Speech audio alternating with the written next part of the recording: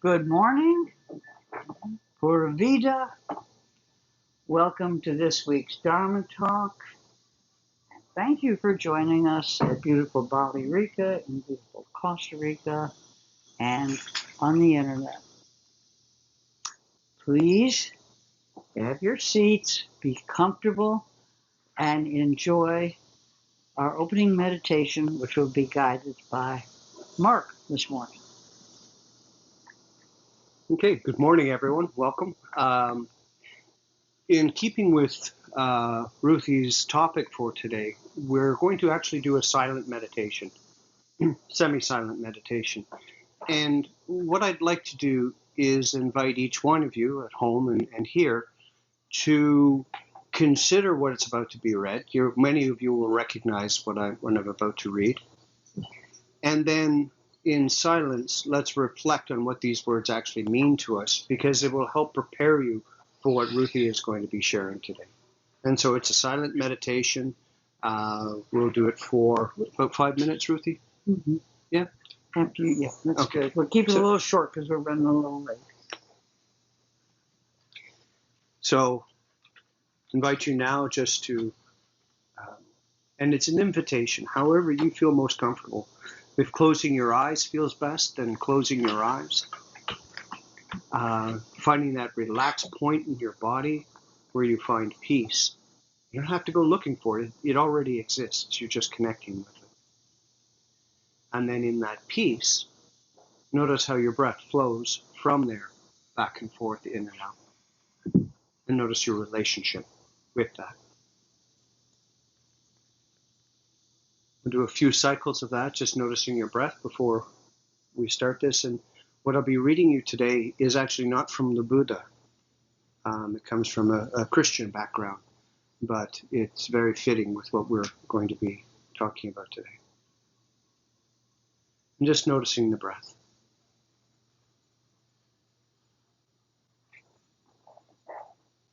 The subtle sounds that are around us. And your relationship with yourself, your breath, this moment in this place. Lord, make me an instrument of your peace. Where there is hatred, let me sow love. Where there is injury, pardon. Where there is doubt, faith. Where there is despair, hope. And where there is darkness, light. O Divine Master, grant that I may not so much seek to be consoled as to console, to be understood as to understand, to be loved as to be love. For it is in giving that we receive, it is in pardoning that we are pardoned, and it is in dying that we are born unto eternal life.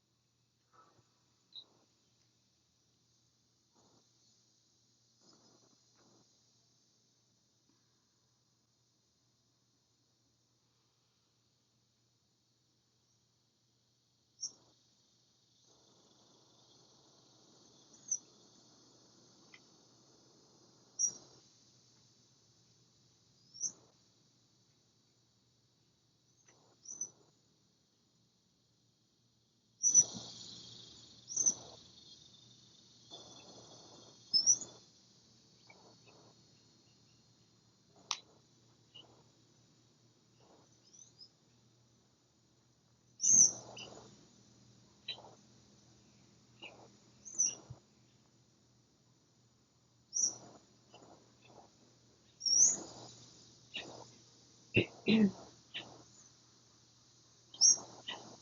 inviting you now to extend your breath.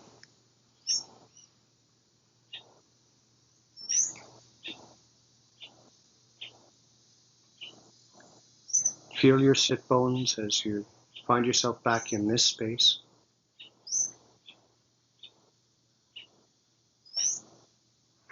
Perhaps feel the air on your skin.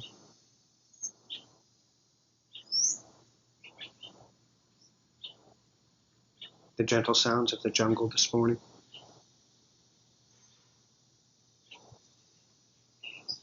And once again, your relationship with yourself and this space in this moment.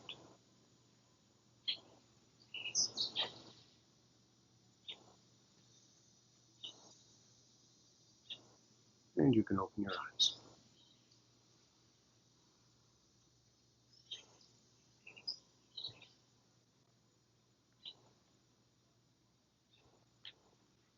Time, please. Thank you, Mark.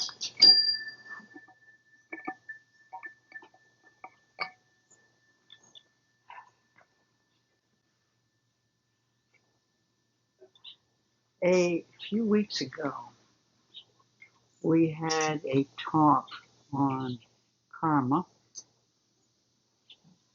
and Sharon asked a monumentally important question during the discussion.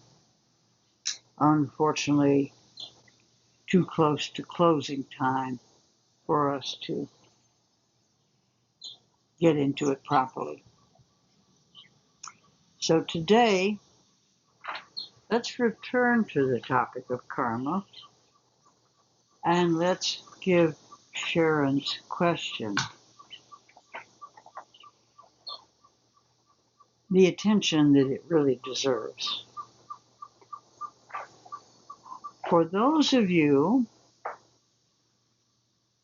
who are familiar with the review that I'm going to do, I invite you, please, if I forget something essential, to just raise your hand so Mark can call on you.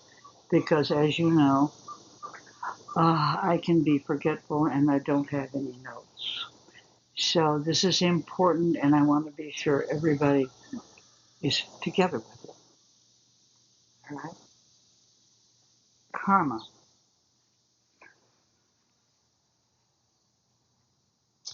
Karma is the natural law of cause and effect. It's the law of action and the consequences of action. The Sanskrit word karma literally means action. The word for consequence or effect or result or response is vipaka. But common usage, vipaka, by the way, means bearing fruit. That's a result, fruition. Okay. The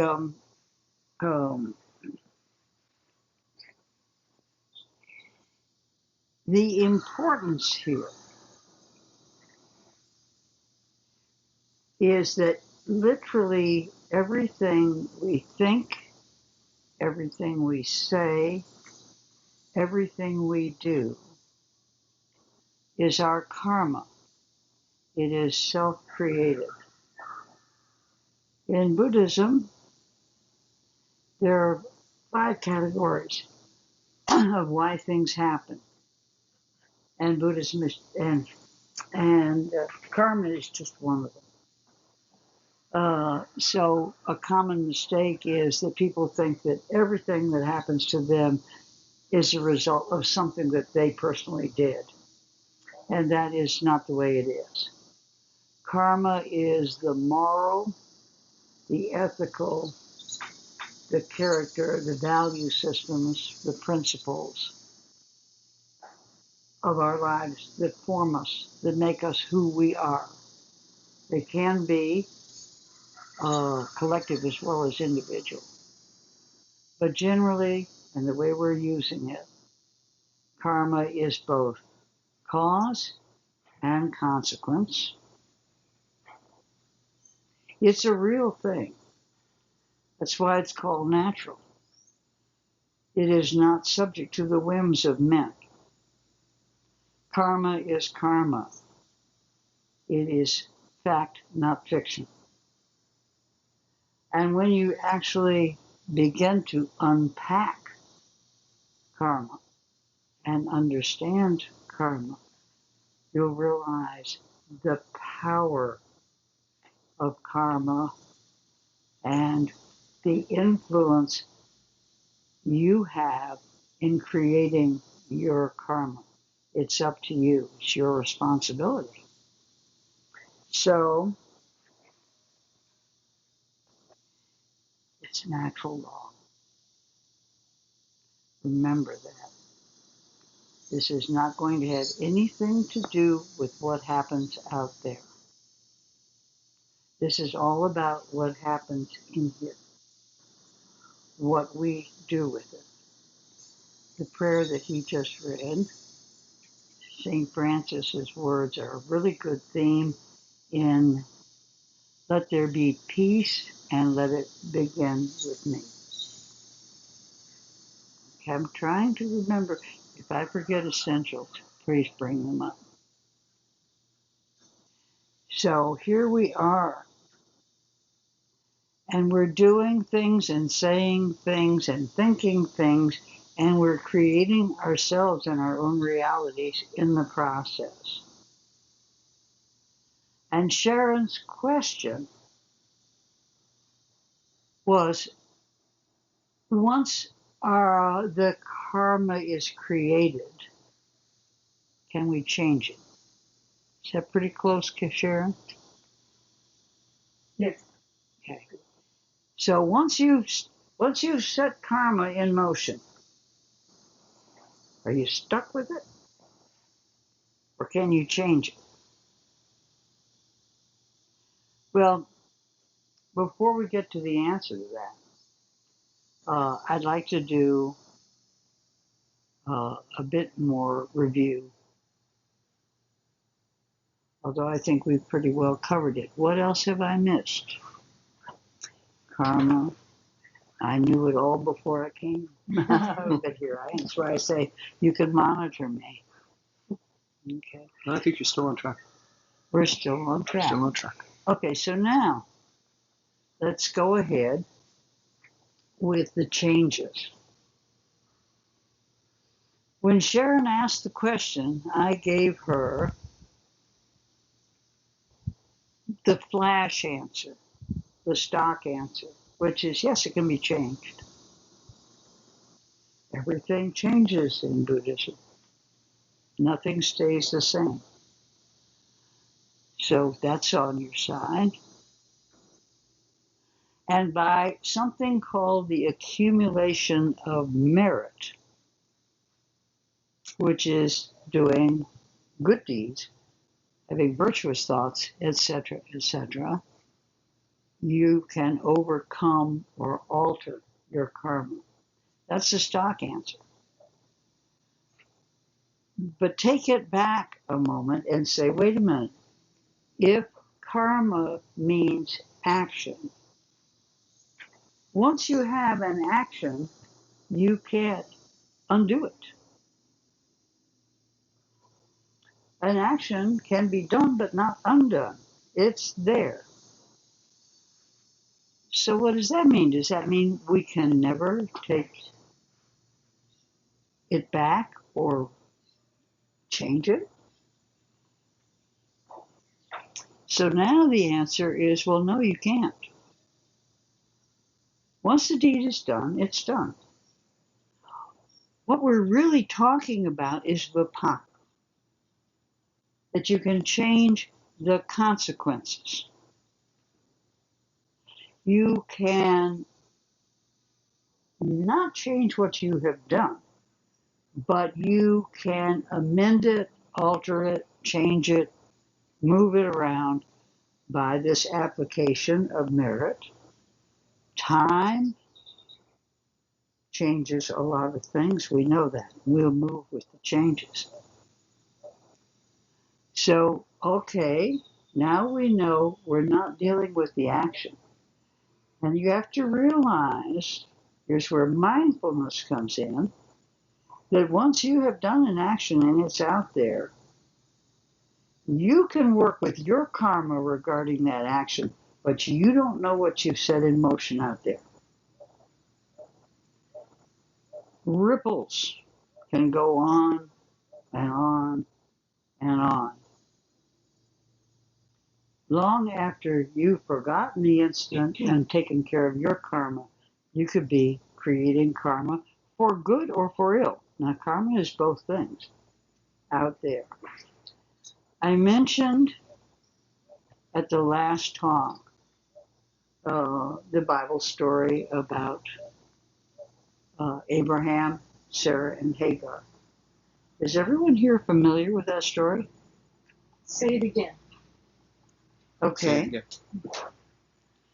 How powerful is karma? I think this is a really good example. Every day that we turn on the news, we're made aware of the awful, ongoing conflict between Israel and the Palestinians. Okay, where did the animosity between the three major Western religions start? That's the Jewish, Judaism, Islam, and Christianity. They don't get along. They don't like each other. We constantly have wars, from crusades to this, to that, to the other thing. How did it start? It started with one man and two women in a dysfunctional family situation. Abraham, the ancestor of Judaism, was 85 years old and he had no heir. And he wanted to have a son. Sarah, his wife, was 75, well past the age where she could bear children. So she happened to have an Egyptian slave girl named Hagar. Hagar was dark-skinned. She was black. She was considered an inferior. She was a slave. But Sarah went to Abraham and she said, you know what? Why don't you take my girl Hagar and see if possibly you can get her pregnant? Because she's young and fertile, and, there you go. And we'll raise it together as if it were our child, and so we'll acculturate it, and it will be your heir. And Abraham said, okay. And sure enough, Hagar got pregnant. And she had a son. And the son was named Ishmael, which, as I mentioned in the last talk, the first line of the book Moby Dick is famous. The first line is, call me Ishmael. It'll mean more to you as you go along. Anyway, so Ishmael's growing up, and Hagar starts to get uppity. She's now thinking she is the first wife, and Sarah is the second wife. And Sarah is not taking kindly to this. She said, I don't care whether you had the kid or not, I'm still number one as in the marriage. This went on until Ishmael was about 9 years old. And all of a sudden, Sarah gets pregnant. And she has a son. And the son is named Isaac. And now Sarah says, "My son Isaac is your real son and should be your heir."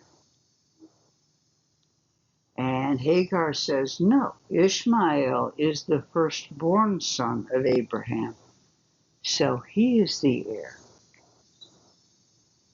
So they are really into it. And Abraham now, he's really getting he's really getting old. So when Sarah comes to him and she says, "I want you to get rid of that woman and I want her to take her brat with her," Abraham agrees. He talks it over with God. And God says, "That's okay." So he bundles up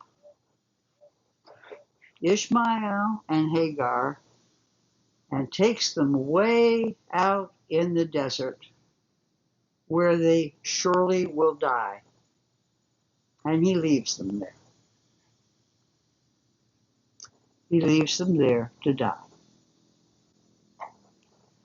And he goes home, and now Isaac is the heir. The problem arises when God takes pity on Hagar because Ishmael has collapsed and he is about to die. She doesn't know what to do. She had put him under a bush that she finds for a little bit of shade. She's preparing to die herself. And God sends an angel and he creates a well. And the water gushes out in the middle of the desert. And this well is still giving water. And it is the center of Mecca, which is Islam's holiest place. So Hagar lives, Ishmael lives. The angels say, "Don't be afraid. Your son is going to be the head of great nations."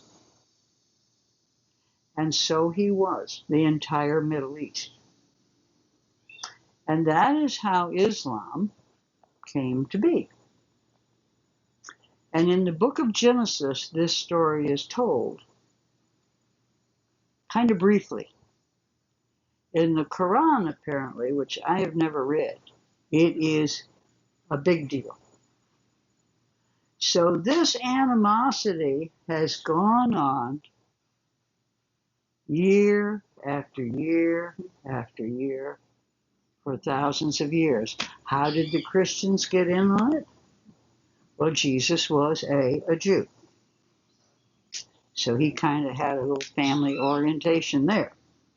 But primarily, the Christians got into it with the Muslims for territorial reasons. Because Muhammad, by the way, was several hundred years after Ishmael. But Ishmael is the, what do you call it? The ancestor of Islam, of the Muslims. Anyway, we had all these wars.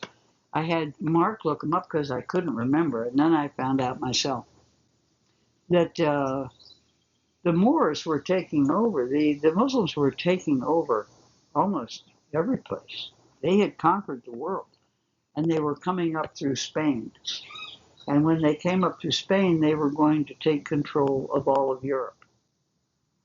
And a man named Charles Martel, who was a Christian, roused up all the Christian armies, and they went and defeated and drove him back. Or Europe would now be Muslim. Okay?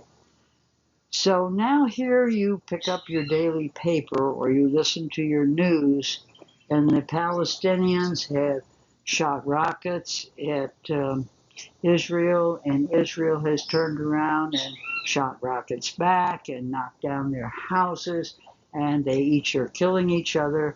The hatred is patent, and each, this is the key thing, they don't even know what started this, most of them. They may, depends on how religious their training is, but they may. But the fact of the matter is, they can't quit. St. Francis says, let there be peace and let it begin with me. And you listen to them and they say, well, he shot him. And then he'll say, yeah, but we had to shoot their guys because they shot us. Well, it just goes back and forth, back. There's never any end to it. There are lots of stories. This is the basis of many dramas. So now we get to Sharon's question. And once we have the knowledge of what, I feel like I forgot still, knowledge of what karma is, then we can ask Sharon's question and look for the wisdom in it. Because the wisdom in Sharon's question comes from knowing how to separate your karma from vipaka, from consequences. And once you have to do that, your karma will continue endlessly. So there will be no change until you address the fruition. And what I forgot, I will go back to now. So everybody put all this on the back burner for a minute. When we study karma, I'll go back on review, we use 3 words to describe the effects. The words are seed, imprint, and flame. Here again, we touch the Christian aspect. There's a great deal of interconnection between the teachings of the Buddha and the teachings of Christ. The church situation is different, but their actual spiritual teachings dovetail. And the Bible, Christ on the Sermon on the Mount says, as ye sow, so shall ye reap. And the Buddha says that what you plant is what you will receive. You can't plant a mango and expect an avocado tree. So it's up to you mindfully to be aware of the seeds that you plant, because they will eventually bear fruit. Same deal. The explanation, which becomes a big thing in Buddhism at this point, as to why karma can go through many lifetimes, that's a Buddhist thing, before it happens, is that when you plant seeds, the conditions for it to grow must be present. This is called causality. The causes and conditions now. It has to have enough sunlight, enough water, enough soil, etc. for it. So if you perform an action, your karma, and nothing in the situation is a condition for the consequence, there won't be consequence. But maybe several lifetimes from now, there will be a trigger, the conditions will be right,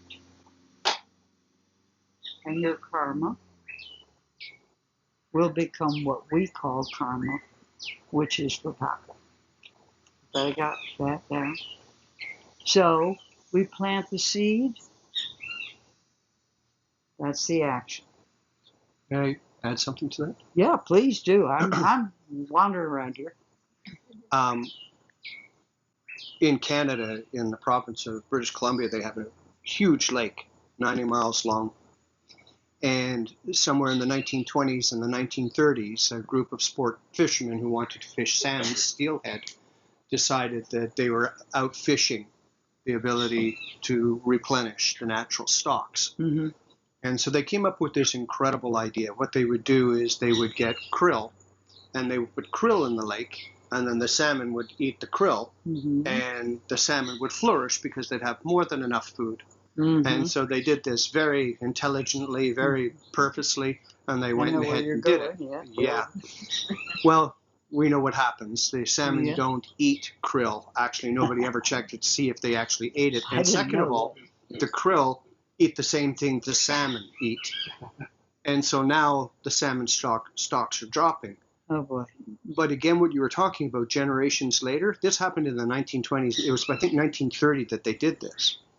Now they have trawlers going up and down the lake catching the krill because the krill has no natural predator and it's eating everything up, and they have to get the krill out of it. And so they're spending all this money to get the krill out, which I think they tried to turn into cat food. And now they have a bigger problem from the original one they created. And so to your point of the karma, if we put something in place, that's karma. It may not necessarily affect us right now, but as time progresses and goes on, now, it grows out to be a bigger problem. Now Vipaka is happening. Exactly. And it may take 50 years. It may take a long time. Or it could be immediate. It could be immediate. But what we plant may turn out to be wonderful and you'll never know it. Or it could be horrible. So we are basically in a crap game when it comes to karma. And so what are we going to do about that? We're going to try and take as much responsibility as possible. So now we come to this second word, imprint. Everything you think, say, and do leaves an imprint on your brain. Now we say that if you repeat an action enough times, you have created a neural pathway. That's an imprint. And that imprint, each time you add it, has a dynamic effect on yourself. It's who you are. And it's inescapable. The person who says, I can commit crimes, okay, I just don't want to get caught. He's already caught. He's created himself as a thief or a liar or what have you. So you're self-creating with your thoughts, your words, and your deeds. And Thich Nhat Hanh calls this store consciousness. This is everything that is you carry forward. I'm going to back up and just state it this way. In Buddhism, the only thing that goes with you when you die is your karma, your store consciousness. They don't believe in a soul the way that the Hindus, from which Buddhism came. The Hindus believe that you have an actual soul. You have a soul like that. You have this store consciousness. So you might have a baby and he gets up at, 2 years of age and he can play Rachmaninoff. And you're like, where did that come from? Well, that probably was in his store consciousness. Store consciousness is the explanation in Buddhism for many traits and emotions, aptitudes. They come with you, and if you have children, you will know that no matter how many children you have, they're all different. They all have their own talents, their own fears, the things they love, etc. So that's imprint. And your karma goes with you when you die. And this is the concept of flame. The idea of the flame, of karma is the flame, is karma's the flame and your material body is the candle. The flame has no material. You can't take hold of it. It's just gases combusting. That's the way karma is, your store consciousness is. It is held by the physical body, which eventually melts down. And what happens from one lifetime to the next is that the flame transfers to the next candle, the next life. So does that make sense? Everybody caught that idea? So you plant it, and you are going to be rewarded or not by what you have planted. And you are going to become what you think. For the last few weeks, Lisa has repeated over and over the first verse of the Dhammapada, the sayings of the Buddha, which is, we are what we think. And if we think good thoughts, then happiness is available to us. If we think bad thoughts, misery is going to follow us. So when you talk in Buddhism about dukkha, which is suffering, and sukha, which is happiness, no other religion, which really isn't, but we'll do this way, is totally focused on happiness the way Buddhism is. Because to be enlightened is to be liberated from suffering. And when you're not suffering, you're happy. It's contentment. Okay. Unless you're addicted to the happiness, and then you're back to dukkha. Well, that kind of takes you back. Yeah, these things, there's a lot of paradox in all of this. Everything, kind of has you got to look at it the opposite direction. But anyway, that's the basic idea of karma. Karma is the action. Vipaka is the consequence, but we call it all karma as a loop. I just thought of something else I forgot. Now I've forgotten it. Oh, bless kids. We should have your memory. It's terrible. But now I want to get to the wisdom. You can look at all these things happening out there in the news and whatnot, but what about in our own lives? I started off by saying, let's forget about what's out there. Let's just focus now on our karma. And what do we do with it? Oh, I love what I'm about to say. We've done this before. The Dalai Lama gave the most brilliant answer in his book, The Book of Joy, of Happiness, as to what do we do about the overwhelming suffering in this world. Anybody remember what he said? You don't add to it? Don't add to it. That sounds simple. But now we've been kind of blending Christianity, the teachings of Christ, with Buddha. You know what he's really saying? He's saying, turn the other cheek. That's probably the most misunderstood advice in the entire world. And there's a cultural reason for it. But basically, the only way you're going to actually change karma as we know it is to stop. And you stop by refusing to retaliate. You turn the other cheek. And what we say now would be, if you study what turn the other cheek actually meant. Does anybody know what it meant? I can tell you another story. Okay. Turn the other cheek. Sermon on the Mount. Matthew 5. Know this one. The Romans had cultural norms that said a man never used his left hand to strike someone. Your left hand was nasty. And fighting was a manly thing to do. Okay? So the Bible says, oh, you have been taught an eye for an eye and a tooth for a tooth. That's retaliation. That's Israel and the Palestinians right now.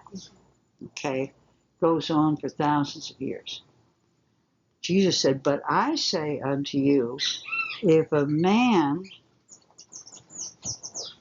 you strike a man on the right cheek, if a man strikes you on the right cheek, you're standing here. If I'm going to strike you on the right cheek, whoops, sorry, you must use a backhand.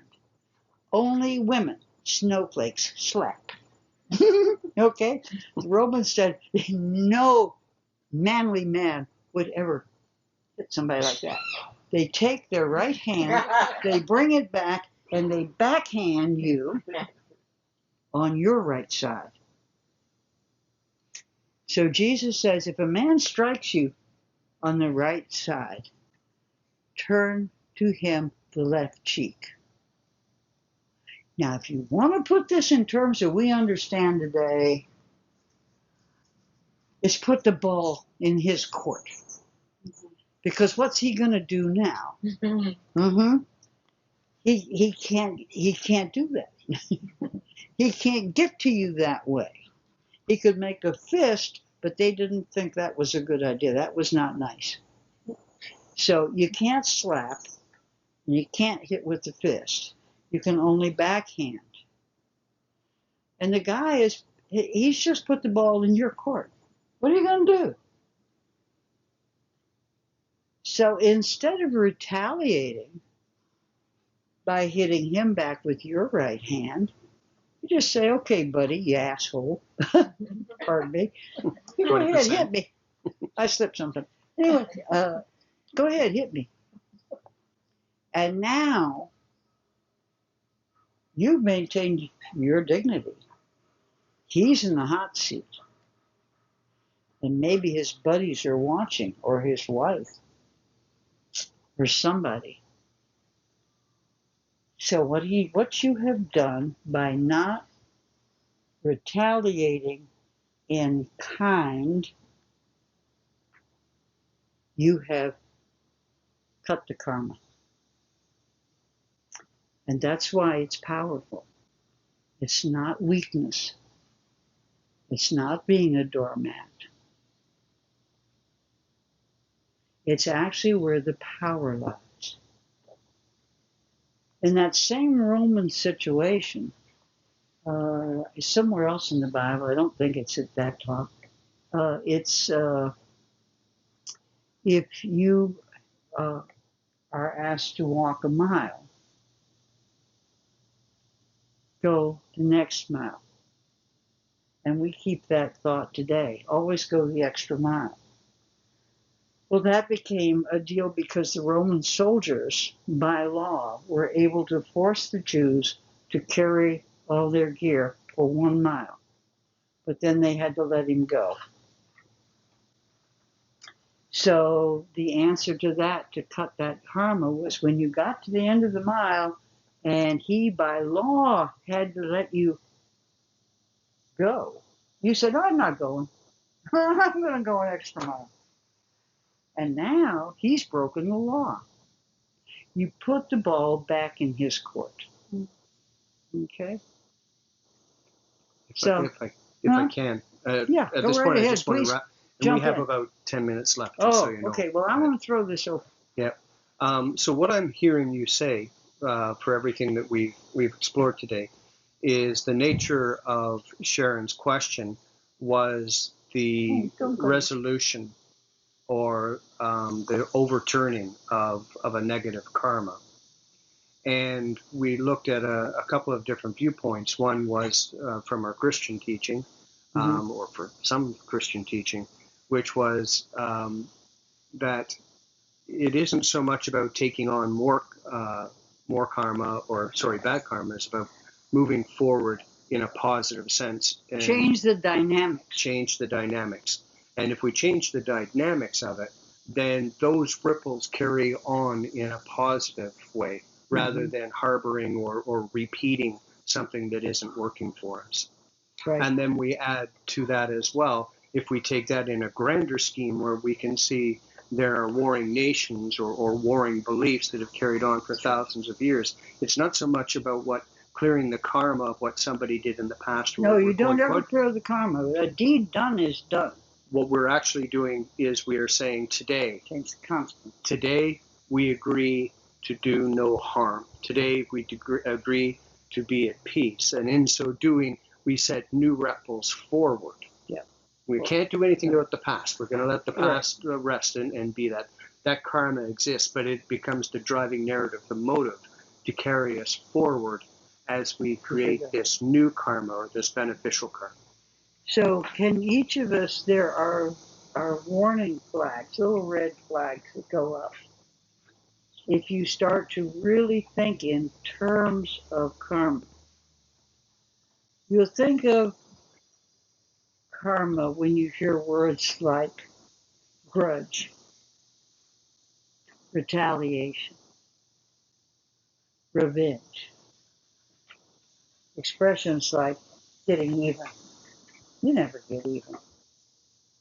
Because as the Buddha said, violence just promotes violence. The only way to stop hatred is by love. You've got to turn the tables. But if you hear things like that, families have feuds that go back generations. So in your own life, if you become aware of how karma functions and you find yourself wanting to insult someone who just insulted you, you say, not going to do it. If you have a family that's dysfunctional and they individually want to bring you into their stuff, and you have been willingly over the years participating in the family dysfunction, this one is tricky because you have to take each case individually. You have to know the parties involved, and but at this point, you have to stop. You're not going to add to the suffering. You're not going to engage in the he done me wrong songs or whatever it is that somebody is laying out there to blame someone else. So grudges and blame and revenge, we begin to see all of the karmas seeding, and coming to fruition. Did you read I'm about to explode with this idea about, the whole Ishmael and how that came about. I get it, that people get pissed off at each other and then it goes down generations. But taking it to today, for instance, so if the Palestinians or the Jews laid down their arms and they said, they would get bombed. Someone would get bombed. And so the people in power, if they had bad karma and they didn't care and they were just going to do whatever they wanted to do, would usurp this whole thing. And no, they don't really, though. If you really lay back and meditate on it, they do on a temporary basis. I mean, nobody promised a quick fix or a rose garden. But if you don't add to the suffering, you can think with a clear mind. The root of all violence of any kind is anger. That's the root emotion that goes with what you're talking about. Yeah, And if you can, go ahead.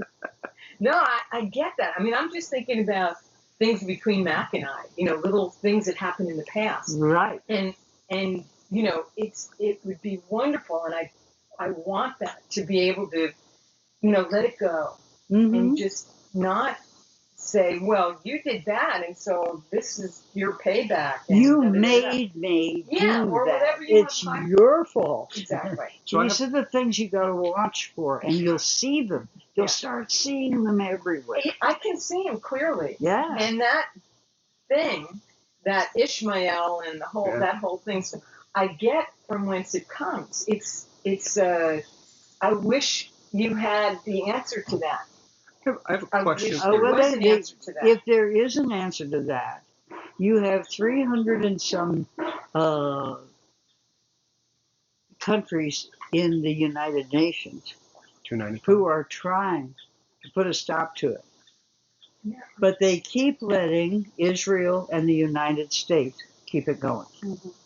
Okay? So now, if you just quit throwing the rocks while the other guy shoots you, and you say, okay, United Nations, you got to find us someplace else. We're tired. We can't keep throwing rocks at these, I'll say it again, people. We just can't, there is no resolution here. Except that somebody has to stop. Let there be peace, and let it begin with me, one or the other side. And then the dynamics all change, and something else will happen. Just to bring it back around to let it begin with me, I had a therapist once, not Buddhist or anything, but I came a lot with what you're talking about, with like letting it go, not just being able to be like, oh, I'm going to let it go today. It's gone magically. It doesn't work that way, right? And this therapist, who again was not spiritual in any way, it was definitely more, therapy. Yeah. She said something right along these lines that scared me so much, and I think it relates completely to the store consciousness that you're speaking of, is that we have to do the personal work every day to get through these things that we hold on to. And she said you need to integrate the darker aspects of yourself and forgive them. And I was trying to suppress some darker aspects rather than hold them up into the light and change and grow. And she said to me, at the end of your days, that will make the difference between grace and agony as a human being. So not even taking into the next life, but even as we enter into our age, all that we're left with, she said, is everything we haven't integrated. So talk about motivation. Right. Really and she's absolutely right. But it's scary, and you don't know what the outcome's going to be. It's like, what did Lincoln said, holding the wolf under the table by the ears. You can't stay that way, but you can't let it go either. I mean, you're in this horrible karmic mess, and the world's in it, as you say. Though she's absolutely right. So when you began to practice it, what she said. Now, everything in Buddhism comes back to the first intention. Let it go. And karma is very involved with intention. But did you find it extremely difficult, and did you develop any little tricks? Plant medicine. What? Plant medicine. All right. It helped. Good. If I can, Ruthie, to both points that were made here, Sharon's not wrong. It's very hard Sharon's right. To get 100 million people to sit down and drink a glass of water and say, today I'm not going to kill somebody. Today I'm not going to do something. And you're a therapist, and we're absolutely right that it's not about recreating or doing something. It's about making a change or recognizing that change is possible. But I feel what we're circling around here in with the karma is this basic question, and the question is, am I suffering? Mm-hmm. And if I'm suffering, then what is the cause of the suffering? Oh yeah, I'm the cause of the suffering. Mm-hmm.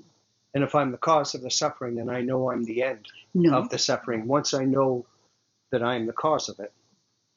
Another point, you may not be the cause of it. Fair enough. But my reaction is. Your reaction is. Yeah. It's not the other guy may actually have made you a victim. You may be victimized. He may have shot you with the arrow.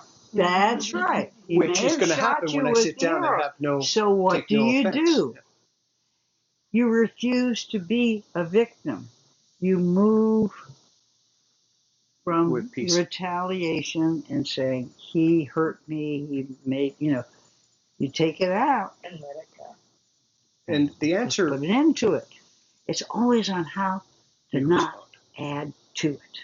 I heard something in a First Nation talk about the prophecies that are being taught all through North America, Central, and into South America. We've exploring this for 4 months. And one of the elders said the word responsibility. It's your ability to respond. Mm-hmm, that's good. How you respond is your ability, how you feel in that moment. And if your ability is to retaliate and thrust and go after, you know the karma you're setting up for yourself. It's not a surprise that somebody got angry because you threw a frying pan at them, whether they deserved it or not. Mm-hmm, that's right. You do it when they deserve for you to do it. Mac has a question as well. He's to your right. Where are you? He's right over here. Ruthie and everyone, I think listening to this all today, I have a solution for the world's problems. All right, give it to us. Because if you have, which you do, it will be a solution to a lot of smaller, more personal problems. So go with it. It's one action. It's one simple word. Speak up. It's one action. Mm-hmm. One that we karma. can all do. It's one word, and it could solve the problems in the Middle East. Mm-hmm. And this is something I want to ask you about with karma. Mm-hmm. And that action is forgiveness. That's what this is all leading up to. We didn't get to it yet, but that's a big part. Imagine if everybody had that aha moment of forgiveness, mm-hmm. and just let it go. Let all of this past pain and suffering and eye for an eye, how it could change the world. It would change the world, but why don't we do it? That's the question. So each of us can do it individually. Yes. Right? Yes. So with karma, that you were talking about how karma, we carry it with us, and it's far-reaching. It goes out. Mm-hmm. It like ripples out. If we have karma and something that's really bothering us, if we truly forgive ourselves or someone else that we did something to, truly forgives us for that, then isn't there a way to negate? Yes, because you've created a whole new fruit. But it's not the deed. The deed has been done. What you change is what you're talking about. It's the fruit that's born by. It won't, if the conditions are no longer there for it, it's not going to come to fruition. It has to have whatever it is that gets it going again. So we have to play it out. So if you forgive, the lesson forgive, you have stopped the whole procedure. The dynamics stop right there. Okay, so then karma's bye-bye. Then karma. Well, karma is just the action. Yeah. And we're separating the action from the consequences so that you can take them separately. What you do is your action, and that leads to consequences. You can't undo what you've done. Well, okay, so then maybe. But you can change the consequences so it never bears fruit.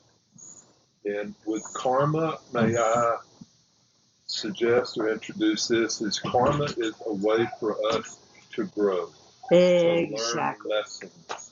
Thank you. And the big lesson for me is forgiveness, which is you don't add to the suffering. You do not retaliate in kind. You turn the other cheek. It's the explosive action of the little guy standing in Tiananmen Square with a flower in front of the tank. Thanks. Yeah. Okay. Is he going to run over that little boy? He might, but he probably won't. Now you've changed the dynamic. So, as I say, you put the ball back in their court. If you've forgiven them and they're still carrying the grudge, who is the grudge going to eat up? Him. It's Not like you. drinking poison. That's right. And so Exactly. Exactly. It'll get the other guy. But you have to be mindful and try not to plant the seed. That's where the whole mindfulness comes in. Ruthie, I think with the forgiveness as well and all of it, we've been talking about the outer conflicts, but I think the inner conflicts as well, forgiving yourself. Forgiving yourself is a big. It's huge, and that will bear fruit outside of you if you can forgive yourself. Talking about ripple effect. Yeah. It really goes out. It spreads out. That's how when you're doing your part. And like the Dalai Lama said, don't what was it? Don't add to it. Don't add to it. Well, you can actually reverse that and make things better by forgiving yourself and kindness. Mindfulness and kindness. And all those things come into play. You're spreading the word. And you can use the outer effects, like in reverse, to look back and see what was the seed I planted, so that then you can make that inner change as well. Right, finding the nut. Yeah, how did I cause this? Like, what was it? And because you can't always see it within yourself, so sometimes the outside world gives you the clues as to what was going on inside. But everything is either attractive, or you have an aversion to it, or it's indifferent. There are seeds you plant that never do anything. They're dormant. Indifferent. They're dormant. They stay there. Maybe someday. There are others that, the book A Tree Grows in Brooklyn. That seed was under the sidewalk, and it pushed the sidewalk up to make that tree. So you have to do a lot of evaluating. And now you come to your self-evaluation, and it starts with me, as St. Francis said.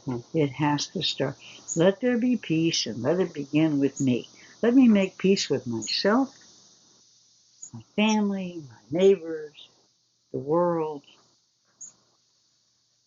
And then you have to take whatever the consequences may be.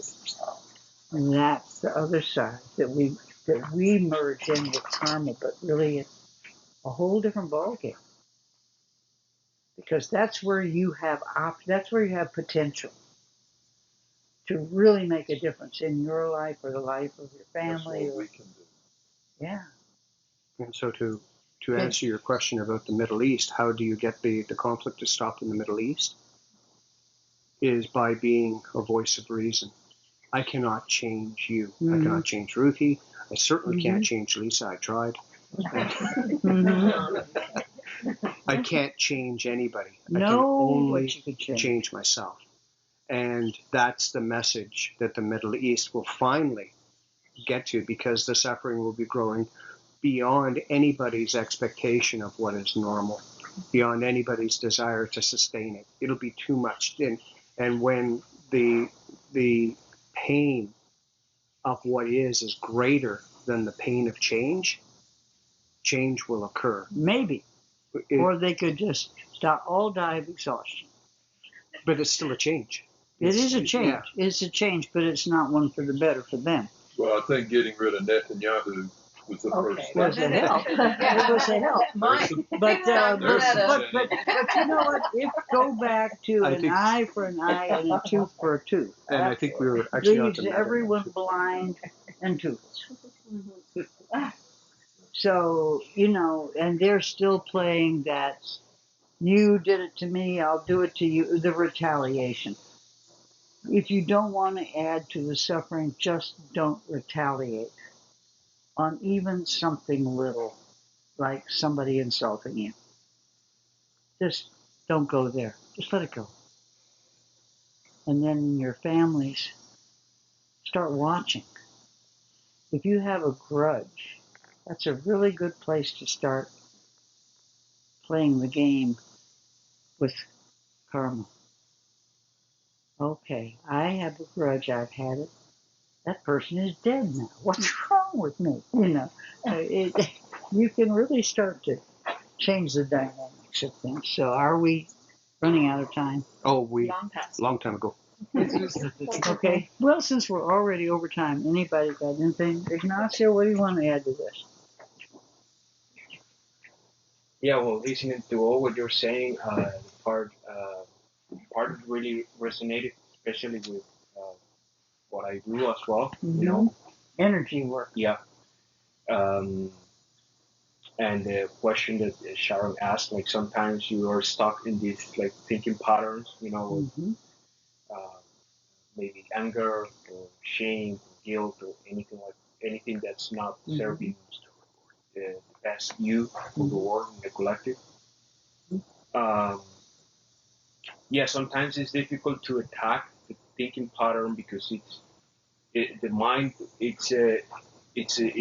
If you have your mind is filled with your mind is like a glass. So if it's filled with something, if it's filled with anger, shame, with guilt, with all that, then and you try to add something else, then just the water just comes out of the glass. So the process should be first to drop the water, take time for that, drop the water, and then add new water, and clean water to the mind. So sometimes we have cellular memory, we do have cellular memory in the body. And sometimes we cannot let go of thinking patterns because they are being activated not in the mind, not in the astral mind. They are being activated in the energetic mind, which is the body. So, yeah, sometimes we need the help of other people. And I think that, like you said, it's about recognizing first that I am the cause of that problem. And once you recognize that, then you also open up space for God or whatever it is, the main energy, to bring you the right people who are going to teach you exactly what are the tools that you can use for that to get rid of that. Well, Mark was right about, I'm to blame, but only in a certain sense that you're not going to be a victim. That is what you can take on yourself. Somebody else may really have done something to you. I've had many things done to me. But if you don't blame them, just your own response. But all the things you do with energy work or with the Dharma, whether it's whatever religion it might be attached to or no religion at all, but if we can start looking at it and see it for what it is, a pattern that can be broken with forgiveness, with love, by simply not retaliating, we can change the next action. It breaks the link. So any event that happens in Buddhism is just the most recent link in this long chain, which takes us back to the Middle East that we were talking about. And so each time you add to that link, you're not getting anywhere. But you can add an entirely different type of link. And that's what you got to do. That's what you don't ever stop the fact that that chain was there. It'll always be there. But you can put an entirely different kind of link on it. Well, I if anyone's antsy has to leave, but I have a short little story about that. Yeah, tell us. Well, very personal, but it had to do with, and had something to do with plant medicine, but it was chemical instead of plant. Mm-hmm. Nonetheless, big emotional thing with my father and I. And then being in this place of different headspace and different realizations. Mm-hmm. And for me, what really impacted and changed my life in many ways in our relationship, my dad and I, was to go back to a situation that really exploded in a bad way. Look for the source, you mean? Went back to that moment. I was able to, and that's what was so amazing about having something, some other perspective. Mm-hmm. And going back to that moment where I lied to him. And that really made a huge difference. And Did in he that know? moment, Did he know that you loved? yeah. Well, we pretended that we didn't know, but we knew, but you knew. because a lie is a lie, and it's there. Yeah, and it just gets. And so it exploded into a bad thing. And I was able to go back to that moment in this place that I was at, and relive it in a very real and deep way. And I was able to tell him what I really meant. Mm-hmm. Why I lied to him and said, saying I was afraid you wouldn't love me anymore. Mm-hmm. It was really what I meant to say. Mm-hmm. But I lied instead. Oh no, I was, blah blah blah. Mm-hmm. And that it changed our relationship. He didn't need to know even what I'd gone through in that realization, but it dissolved. But you did. And I did, and so because I did, the way we were together again changed it and healed it. Uh-huh. And so there's something about going back to tracing. This is kind of what Lisa's talking about. Exactly. You have to go back to finding your source. the moment of where it went wrong, the karma of where it went wrong, and realizing what it was and finding the truth of the matter and forgiving yourself. And letting it go. Not adding to it by another story, another anger, Another layer. another, avoidance, repression, or whatever. Oh. Yeah, that's what we do when we lead people in journeys in our energy healing, spiritual healing work, is help them to find that and heal that. Makes all the difference in the world. Yeah, the crux of it is when you come to a singular truth, a pinpoint truth, everything else becomes obvious.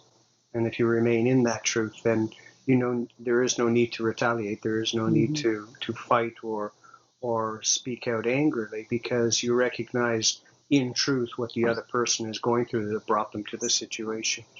And you realize, as you and your father did, that what was the course of the discomfort, well, actually wasn't it. It was a deep-seated one, which was more like, just love me. And when that is the truth, and when you come to these singular truths, everything else falls away. It's not important, and quite honestly, is irrelevant. Yeah, It's it just becomes chatter. irrelevant. Yeah. A grudge, once you no longer hold it, this isn't there.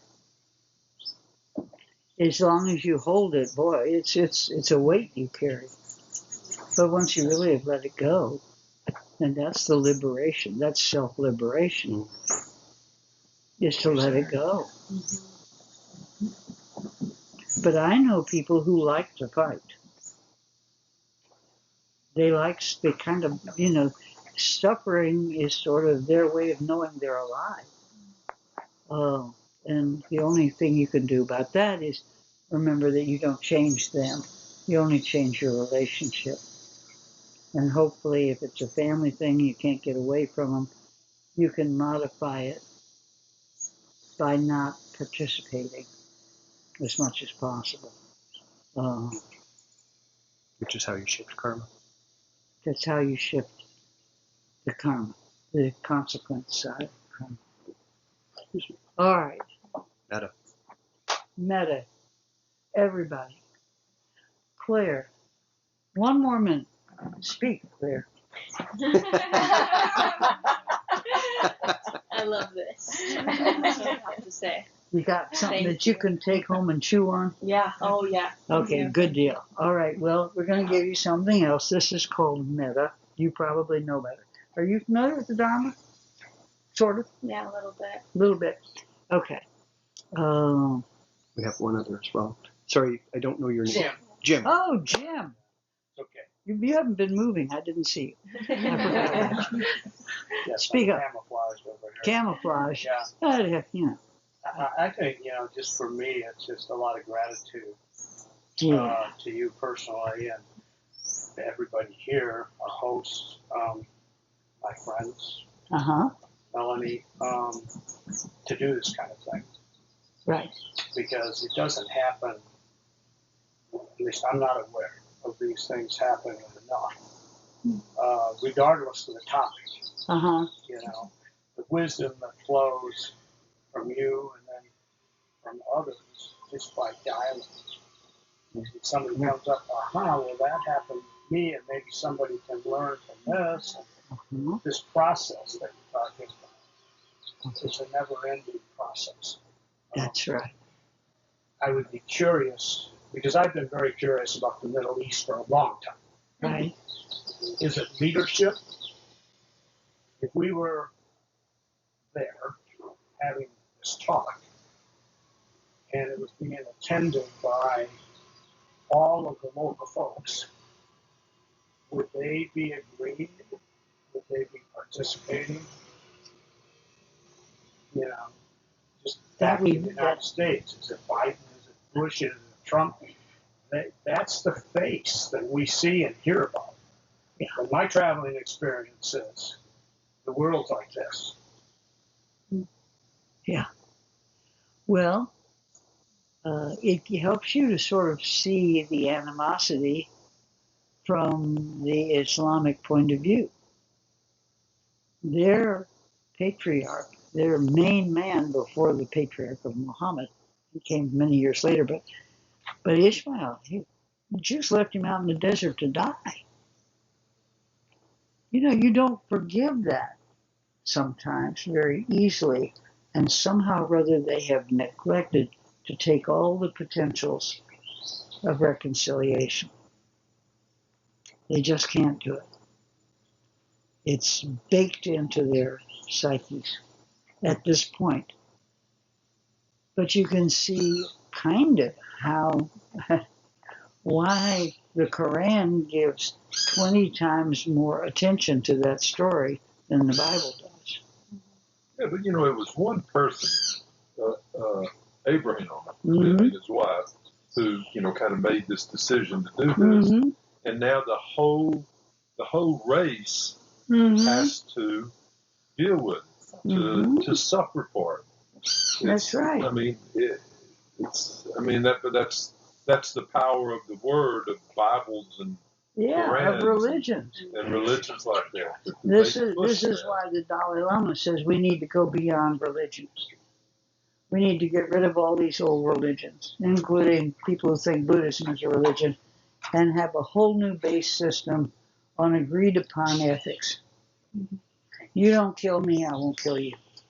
You want to get a real interesting take on religion? Listen to George Carlin sometime. Oh my God, we all have. We all have. But truly, even in your own families, in my family, I have relatives out there that I never met because of family animosities. They just don't talk to. I mean, the grandparents didn't talk to each other, so their kids didn't talk to each other. So we came along and we don't talk to them either. And I don't even know. Yeah. I mean, these the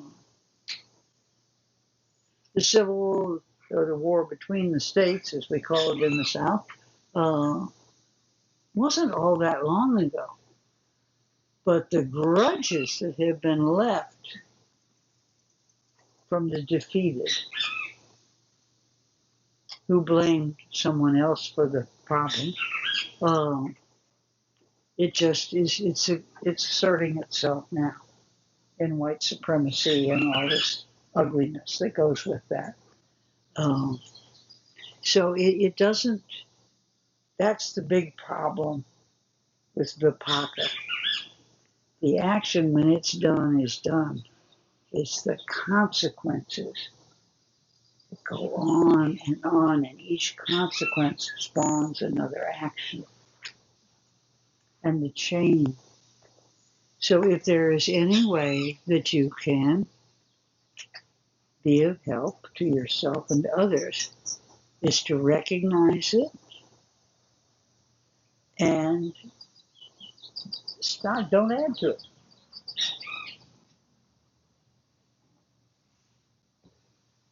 I stopped a lot of family feuds with my two sons.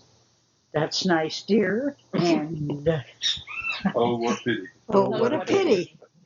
You know, if your children grow up and they're being difficult and whatnot, your only two things you have to say to them once they're adults. That's nice, dear.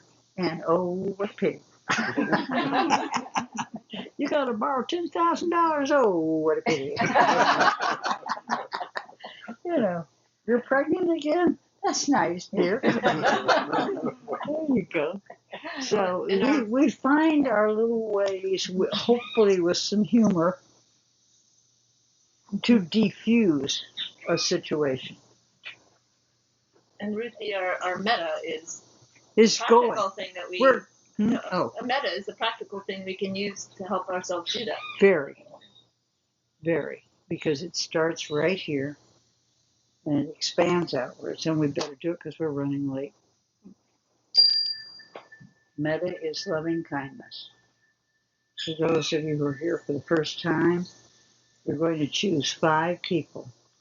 You begin with yourself.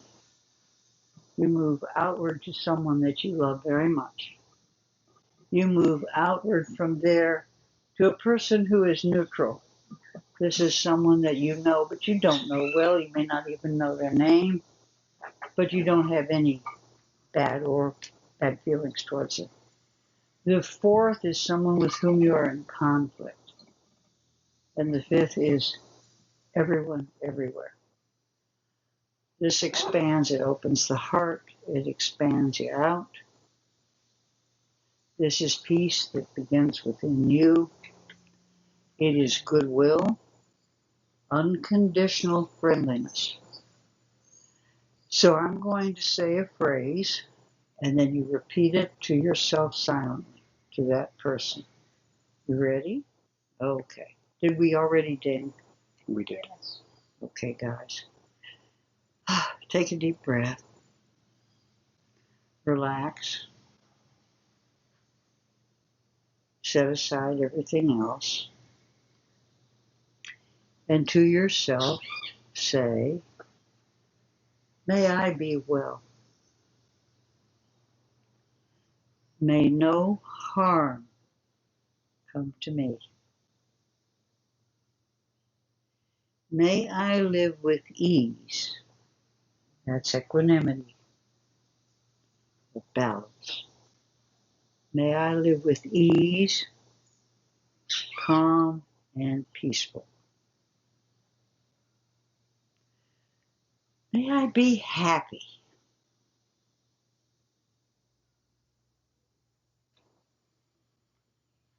Now, blow yourself a kiss, move on to the person you love dearly. Bring their face to mind, smile at them and say, may you be well. May no harm come to you.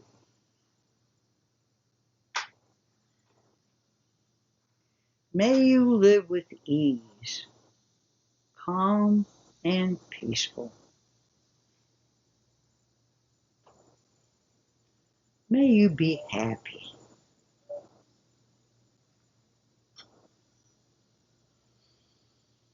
Now blow them a kiss. and move to your neutral person. If you don't know his or her name, simply address them as friend.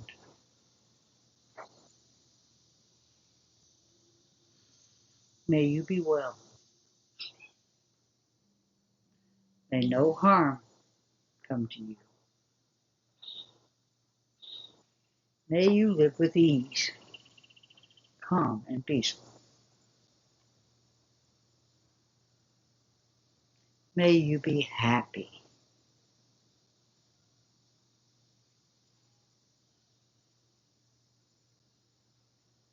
Now you can blow them a kiss, maybe.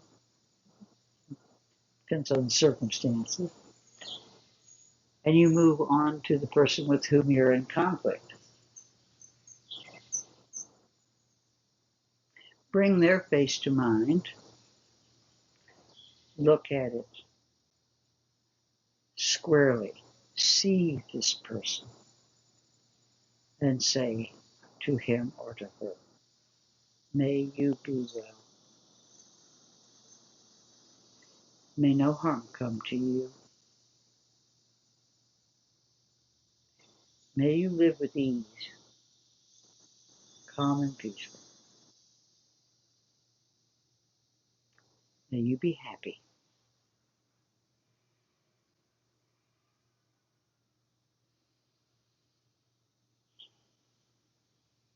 Take a few deep breaths. Place your hands on your heart. We place our hands on our heart symbolically to hold close to us all that is. And to this planet full of some 8 billion people now, and to all the other beings who may inhabit space. What a phantasmagoric people you will never know, never meet, never see, but we are totally connected and interdependent with them. And you say, may all beings everywhere on this plane and all other planes be well.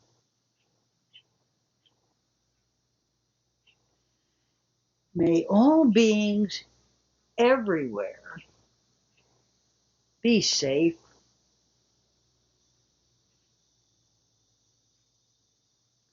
May all beings everywhere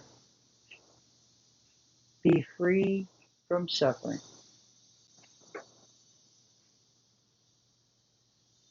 May all beings everywhere be happy.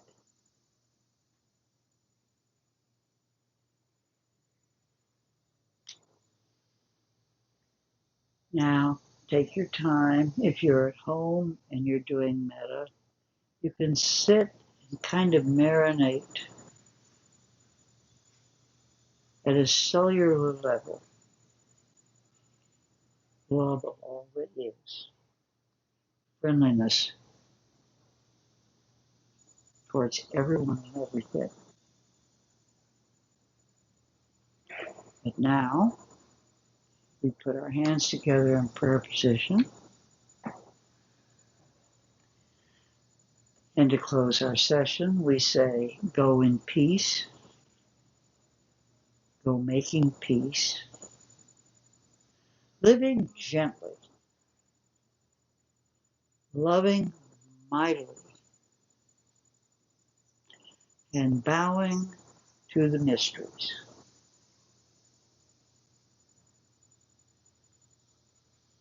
Thank you all for coming. We'll see you next week. In the meantime, just kind of really apply to yourself. What can I do that doesn't add to suffering that I have? Turn that on. Thank you.